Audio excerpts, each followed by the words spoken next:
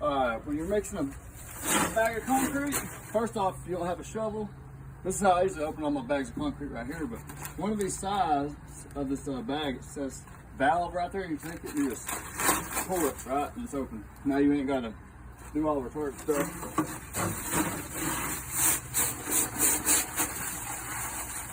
Dump it in there.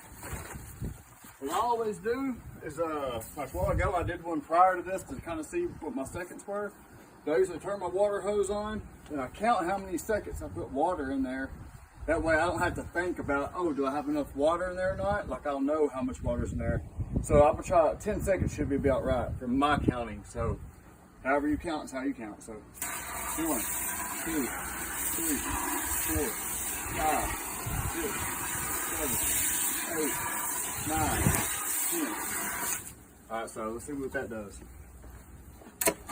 And you want to make sure you get it good and like wet. Like, I'd rather it be a little bit on the wet side than the dry side, because if you don't have it like on, if it's a little bit on the dry side, when you set it, it'll crack and it doesn't harden how it should.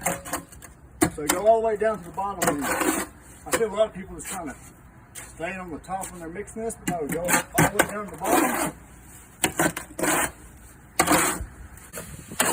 And that's about the right consistency right there. So we're setting this fence right here. I got these 2 outside posts set and I got them leveled up. And now what I'm about to do is set my mason line between this post, this outside post, and that outside post. Make me a little slip knot or whatever kind of knot you want to use. I usually use a little slip knot. Stick it on it, cinch it up.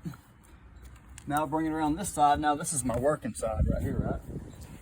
I'm gonna run my string just on top of this screw here so it keeps it straight from going up and down. I'm gonna put me another screw on this other side to actually tie to.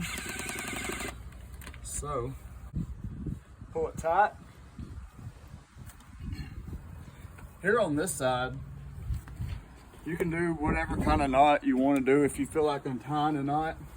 But what I usually do is I'll just take and just like put my finger here, twist it a bunch right here, so I don't ever actually make a knot. I just twist it a bunch and I put it on there, and you kind of just cinch it down. Then I'll just take and wrap it. So now I got the concrete poured into the hole. It's you can look right.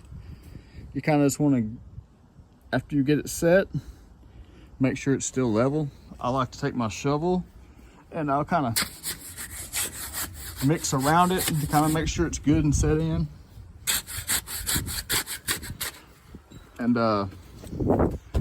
yeah, you just make sure she's nice and level before you take it off of it.